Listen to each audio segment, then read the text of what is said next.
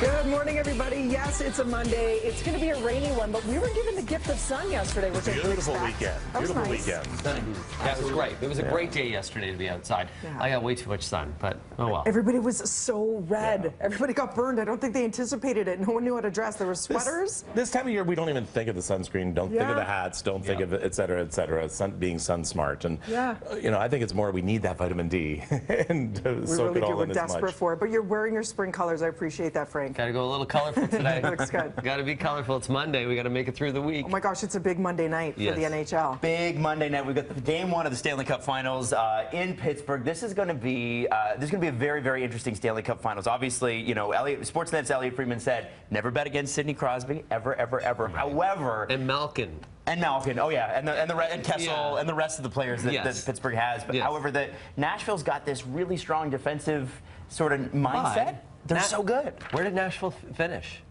8th in their conference. They squeaked into the playoffs. So this is a team that nobody thought would be there.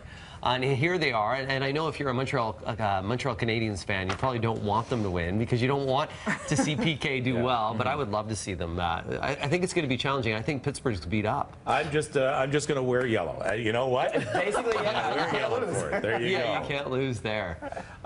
Windsor Spitfires as well over the weekend, winning the Memorial Cup. But a lot of talk this morning about what happened with the young Erie Otters goalie who tossed his stick at a camera. Very wrong thing to do. Very, you know, poor sportsmanship. It was very poor sportsmanship. However, and again, wrong. So please don't take my comments as being that the kid had any. He get the coach admonishing him right away.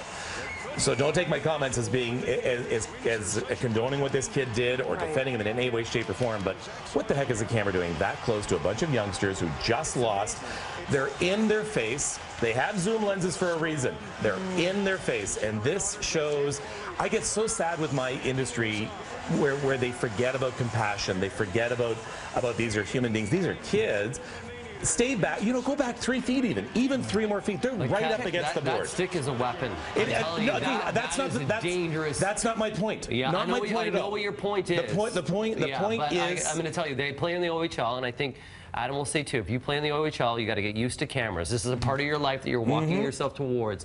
You're taught discipline. You're taught at that moment not to really show your emotion. You can be emotional. That stick, I've been hit by those sticks before. They're not. But again, not my point at all. Yeah. What I'm doing is I'm asking our industry to sort of look at this. Even in the NHL, they stay a respectable distance back from the losers. Don't get so even when they're close. on the ice and the other team's hoisting a cup of some sort, they stay back from the losers. They don't come up into their faces. Right. So why did they not grant these kids the same courtesy and respect? They probably weren't set up properly for that because OHL arenas are just not set up the same way NHL arenas are. I'm not excusing that. I think you make a good point. The one thing I will say is, this kid's 19. So when we say kid, he's grown adult. You know, able to drink, able to join the army. He's 19. He should know better. Number 2. He apologized. He did tweet an apology out, and he did say, "Listen, I take responsibility for it, and I appreciate that." But again, still not my point.